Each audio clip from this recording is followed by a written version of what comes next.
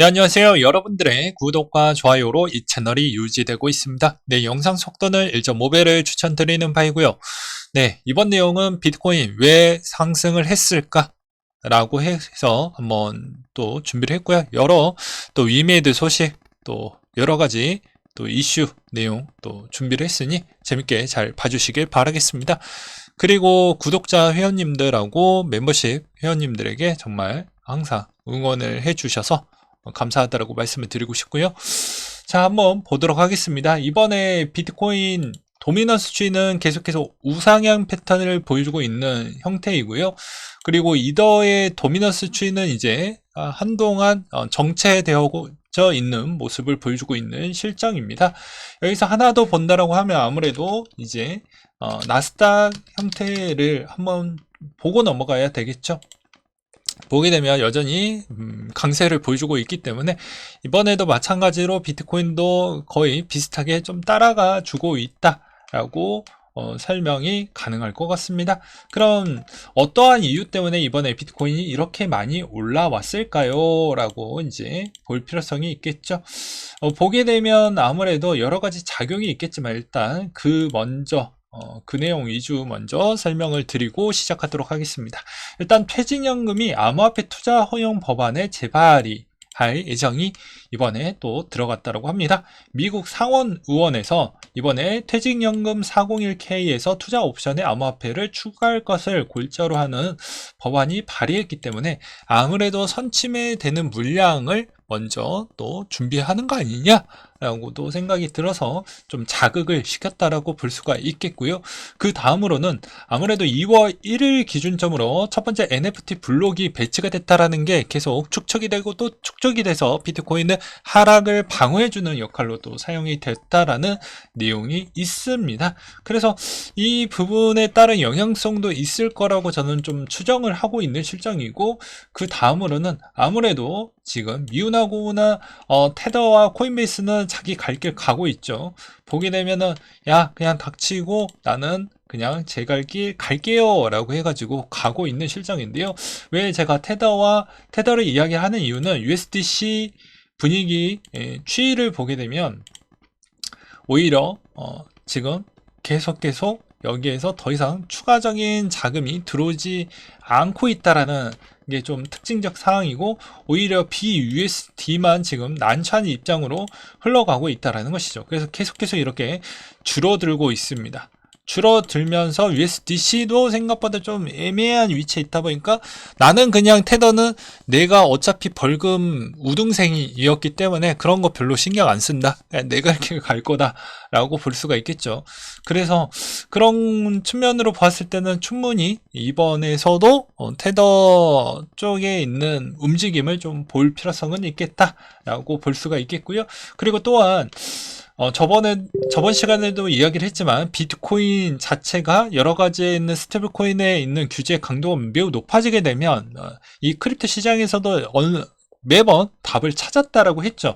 그렇기 때문에 어떻게 보면 지금 제가 녹화를 찍고 있는 이 시점에서 비트코인 마켓 부분 쪽으로 흘러갈 수 있는 선택적인 구도로 또 작용을 할 수가 있겠고, 또한 이번에 비트코인 NFT 쪽이 얼마만큼 확장성을 가져다 줄지는 모르겠지만, 물음표이지만 그래도 이게 어느 정도 효과를 줌으로써 어떻게 보면 기존에 있었던 알트코인에 있는 가격을 좀 방어해주고 끌어올리면서 비트코인 쪽으로 좀 들어오다 보니까 도미넌스도 좀 영향을 주었고, 오히려 비트코인이 좀 더 강세가 나오지 않았냐, 저는 그렇게 생각을 하고 있는 실정입니다. 어차피 시간 관계상 이 정도밖에 설명을 못 드릴 것 같고요. 나머지 사항은 그 다음 실시간 방송할 때 좀 더 자세하게 좀 다뤄드리도록 하겠습니다. 그리고 또 자극을 주었던 부분은 여전히 우리 돈나무 누나도 마찬가지로 집중적으로 코인베이스 주식을 계속 매수를 하고 있습니다. SEC 펀드 투자 요건을 강화했다. 우드가 그거 보고 추가 매수를 더 한 거 아니냐? 라고 이야기가 나오고 있죠. 그래서 얼마나 더 좋은 소식들이 더 많이 남아져 있길래 어떻게 보면 돈나무 누나가 이 시점에서 더 많이 적극적으로 매수를 가담을 했을까, 뭐 이렇게도 생각을 해볼 수도 있잖아요. 이런 요인도 좀 작용을 했다라고 생각을 하기도 합니다. 그 다음에 이제 도지데이도 얼마 남지 않았는데요. 어떻게 보면 이번에 되게 웃긴 게 앨런 머스크 트위터에서 계속해서 앨런 머스크는 자체 트위터에서 여러 가지에 있는 문제점이 있지만 본인이 그 트래픽을 다 만들어내는 것 같습니다. 일단 머스크 형은 이번에 트위터 CEO 누구 앉힐 거냐라고 하니까 요렇게 사진을 올렸어요. 그러니까 곧바로 도지코인이 또 발동을 또 하게 되는 현상이 있었습니다. 이번에 진짜 도지데이에 별거 없었는데 그러니까 저번에 그렇게 별로 없었는데 이번에는 정말 기대를 해볼 수 있을 만한 떡밥 같은 것도 주지 않을까라는 생각이 들기도 했었고요. 그 다음에 객관적으로 보게 되면 이믹스 입장에서 장 대표가 잘못한 게 분명히 있습니다. 저는 객관적으로 보았을 때 이건 맞으면 맞고 틀리면 틀렸다라고 이야기를 하는 입장이에요. 그래서 구독자가 이 모양 이긴 하지만 확실하게 제가 이믹스 부분을 제가 들고 있었다라고 해도 깔 건 깔 겁니다. 예. 근데 왜 그러냐면 이게 결과론적으로는 이믹스 상패했던 게 다시 되돌아왔다라는 건 닥사 측에 따른 문제점이 전 훨씬 더 높다라고 보여집니다. 왜 그러냐면 기준이 있다라고 그렇게 주장을 해놓고서는 이제 와서 상장을 했다라는 건 이거는 바람직하지 않죠. 네, 특히 코인원에서 재상장이 됐다는 건 이게 코인원 입장도 전 이해가 되지만 그래도 하지 말았었어야 했습니다. 애초에. 근데 했다라는 건 뭐 숨은 의미는 두 가지가 되겠죠. 코인원에서의 자체 거래량이 생각보다 많이 줄어든다라는 거. 그것 때문에 상당히 힘들어지고 있다라는 거. 그 다음에 하나 더 본다라고 하면 이제 소송을 제기했던 걸 취하했다라고 합니다. 그러니까는 아무래도 이 소송권에 있어서 코인원 입장으로만 보았을 때는 이게 불리하게 적용을 할 것 같으니 아무래도 그렇다라고 보는 게 맞겠죠. 차라리 빗썸이나 업비트 쪽은 별로 신경 쓸 게 없는 게 만약에 더 이길 수 있을 만한 요구적 조건이 조금 더 우월했다라고 볼 수가 있지만 각 거래소마다에 있는 그런 상황과 여건이 조금씩은 차이가 있으니 저는 그런 이해관계도로 인해서 재상장이 좀 이루어지지 않았나라고 볼 수가 있죠. 그래서 어떻게 보면 투자자만 바보가 되었다라고 보는 게 맞습니다. 그리고 최근에 이런 소식이 나오자마자 주식에도 미치는 영향 강도가 매우 컸는데요. 위메이드 3총사가 다 주식이 상한가 곧바로 해서 30%씩 급등이 나왔고요. 이걸로 알 수 있는 점은 제가 매번 이야기를 했지만 코인을 했으면 주식도 같이 하라고 했습니다. 자, 한번 생각을 해보세요. 이분들은 어쩔 수 없이 규제 강도를 맞춰야 되니까 우회적으로 매입을 하고 있습니다. 뭐 GBTC를 매입을 하든지 아니면 ETF로 접근을 하든지 아니면 해당에 있는 코인 관련된 주식을 모으든지 이렇게 결정이 되어져 있다라는 거예요. 그러면 여러분들은 코인을 이쪽에 믿음의 영역으로 들어왔다고 하면 코인도 사고 주식도 같이 사야 되죠. 그래야지 먹을 수 있는 폭이 훨씬 더 큽니다. 마찬가지로 내가 정말 위믹스를 들고 있어요. 위믹스에다가 물 타는 비중 대비보다는 차라리 위메이드에다가 물을 타는 게 훨씬 더 좋은 성과가 나오겠죠. 왜냐, 위믹스라는 불확실성이 훨씬 더 많이 있고 어떻게 보면 게임 회사도 이 위믹스를 버릴 수가 없는 실정입니다. 나머지 게임 회사들도 마찬가지고요. 그 정도 밸류에이션을 받아서 주식이 올라왔기 때문에, 그리고 앞으로도 이쪽으로 계속 문을 두드릴 수밖에 없는 상황입니다. 그러면 당연히 유믹스에 있는 변칙과 변수에 있는 것에 따라서 내 돈이 녹아날 수 있는 경우의 수가 있다라고 하면 차라리 주식은 어떻게 보면 게임 회사들을 꽤 오랫동안 그래도 상장이 되고 상장의 요구 조건만 잘 맞춰주게 되면 계속 유지가 가능합니다. 그러니까 차이가 다르죠. 투자자 보호가 확실하게 되는 구간과 아닌 구간. 그러니 위믹스에다가 물탈 비중 대비보다는 차라리 이 위메이드를 어느 정도 좀 더 주식을 보유한 뒤에 그제서야 위믹스에다가 물타도 듣지 않는다. 저는 이렇게 좀 말씀을 드리고 싶고요. 나머지 게임 회사들도 마찬가지입니다. 만약에 상장이 안 되어져 있는 게임 부분은 어떻게 해야 되나요? 라고 이제 물어볼 수 있으면 차라리 그 시점에 비트나 뭐 이더나 이런 쪽으로 더 많이 모아가는 게 더 낫겠죠. 이번에도 마찬가지로 알트가 그렇게 많이 급등을 했었을 때 비트 별거 아니다 뭐 이렇게 이제 비아냥 거리시는 분들도 계셨겠지만, 결과론적으로는 비트코인이 그래도 또 올라오는 시점이 왔습니다. 그래 다음으로 2022년도 8월 가격 회복 고래 주소수가 여전히 증가폭이 매우 커졌다라는 내용이 또 비트코인에 또 힘을 실어주었던 패턴이 있었고요. 이더가 10만 개 이상의 포트폴리오 올 한 해 동안 18만 4천 개 이더리움이 추가가 되었다라는 것과, 그러니까 여러분들이 생각했던 그런 뭐 변칙과 변수와 이런 거를 딱 본다라고 해도, 이게 계속해서 지금에 있는 상황에 있는 여건만 본다라고 해도 그렇게 나쁘진 않는다라는 것입니다. 그리고 BUSD 스테이블 철퇴를 내린 숨겨진 기준점을 본다라고 하면 이런 내용이 또 있기도 했었는데요. 보게 되면은 자, 이 내용을 보시면 알 수가 있습니다. 이건 스테이블 코인에 브릿지 되어져 있는 비율이다. BUSD 브릿지 비율이 상당히 높다라고 되어져 있죠. 딱 봐도 높잖아요. 예, 브릿지 비율이. 그래서 왜 높을까? 뉴욕 금융감독국에서 팍소스와 BUSD 발행할 때 거의 반중앙화된 바이낸스 체인에서 발행 및 유통을 승인해 준 게 아니다. 이더는 나름 탈중앙화여서 여기에 장난을 칠 수 없으며 여기에 발행하고 돌리라고 승인을 내준 것인데, 그래서 USDC 이더에 대부분 돌아가게 되어져 있다.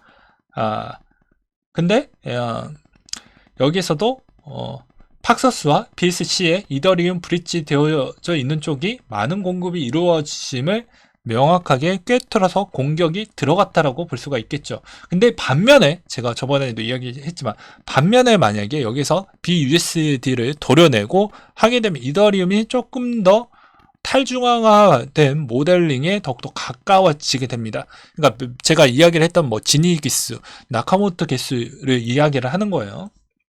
그리고 리도 측도 마찬가지로 우리는 노드 오픈할 계획도 세워놨기 때문에 문제될 게 없다라고 이야기를 하고 있는 실정이죠. 그래서 이더는 이더 나름대로 계속해서 연구하고, 솔직히 이야기를 하면 뺑 돌아서 지금 가고 있습니다. 솔직히 말을 해서 그냥 간단하게 그냥 직선 코스로 가도 되는데 뺑 돌아서 가고 있어요. 왜냐? 그거에 딴지를 거는 애들이 많이 있기 때문에 어쩔 수가 없다라고 저는 생각을 합니다. 그리고 파이널 판타지 스퀘어 에닉스에서 폴리곤 NFT 게임 출시를 했다라는 게 좀 눈에 들어왔고요. 이더리움 자체 메인넷이 처리할 수 있는 것보다 더 빠르고 저렴한 거래 제공을 하기 위해서 사이드 체인에 폴리곤을 채택을 했다라고 합니다. 클레이튼이 이제 차주부터 소식이 업데이트가 될 거라고 하니까 로드맵 토크노믹스 개편안이 나온다고 하니까 공부해보시고 어떤 게 더 많은 작용과 반작용이 있을 것인지 좀 연구해 보시길 바라겠고요. 폴리곤 JK EVM 메인넷이 3월 27일 출시할 예정을 갖고 있다고 합니다. 그리고 이번에 메타공주 이두이 씨가 이번에 혐의 부분에서 깔끔하게 정리가 됨으로써 이번에 직원들에게 이제 그런 뭐 사비를 털어가지고 선물을 이렇게 뭐 제공을 해 주었다라고 하는데요. 야, 우리한테는 뭐 없냐? 왜? 우리한테도 좀 있어야지. 근데 되게 웃긴 건 뭐냐면 이 사무실이 스타트업이거든요. 이게 보이더라고요. 이게. 여러분들 제가 이거 이야기하는 것 대충 딱 보면 아실 거예요. 이게 뭔데 그냥 신물 아니야? 이거 상당히 비싼 겁니다. 예, 이렇게 갈라지는 입이 상당히 비싼 거예요. 저기는 되게 사무실 잘 비싼 걸로만 그냥 덕지덕지 해놨구나. 오프라인에 어떻게 보면 NFT 하나 그냥 둔 거랑 똑같거든요. 식물 NFT죠, 어떻게 보면. 그리고 스트라티스에서 블록체인 기반 게임이 나온 게 있는데요. 이제 하얀 마음 백구 게임과 거의 유사하다라는 그런 내용이 좀 있었고요. 그리고 이제 바이낸스 CSO, 아마 미국 규제 당국에 벌금을 낼 수도 있다. 제가 보기에는 거의 낼 확률이 매우 높을 것으로 보여집니다. 어쩔 수가 없을 것 같아요. 왜냐면 원래 증권법에서는 발행과 유통을 동시에 할 수 있는 형태가 안 됩니다. 예. 근데 발행과 유통을 동시에 하는 형태가 보이는 척도가 보인다고 하면 이거 좀 빠져나가기가 쉽지가 않습니다.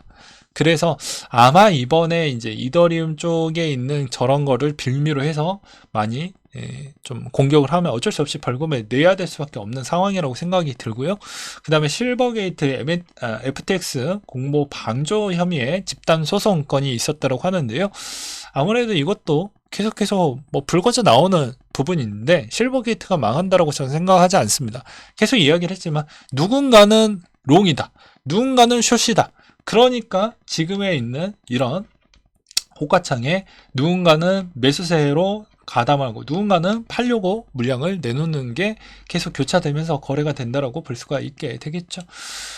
저도 이번에 좀 많이 바빠서 이번 시점에서도 여전히 좋은 포인트를 좀 아쉽게 놓쳤다라고 볼 수가 있게 되겠습니다. 여러분들에게 정말 좀 죄송하다라고 생각이 들기도 하지만 또 한 번의 기회는 또 오게 되어져 있습니다. 그러니까 다소 이쪽에 조정 포인트가 조금 더 아쉬웠다라고 생각이 들어요. 조금만 더 나왔으면 저는 매수할 생각을 갖고 있었지만 제가 원하는 원칙이 안 나오면 여전히 매수를 안 하게 됩니다. 그런 점도 이해 부탁드리겠습니다.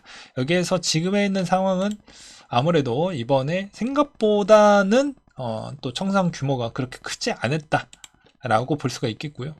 그리고 오히려 이번 시점에서 이렇게 강도가 좀 세게 나왔다라는 것은 오히려 아까 그런 이유로 조금 더 올라갈 수 있는 힘의 여지를 심어주는 계기가 됐기 때문에 한동안 패턴은 이대로 갈 확률도 조금은 더 열어져 있다 라고 생각을 합니다. 근데 이번 패턴에서 한 번 더 상승 추세가 더 길게 나오게 되면 그게 아마 마지막 추세선이지 않을까 싶습니다.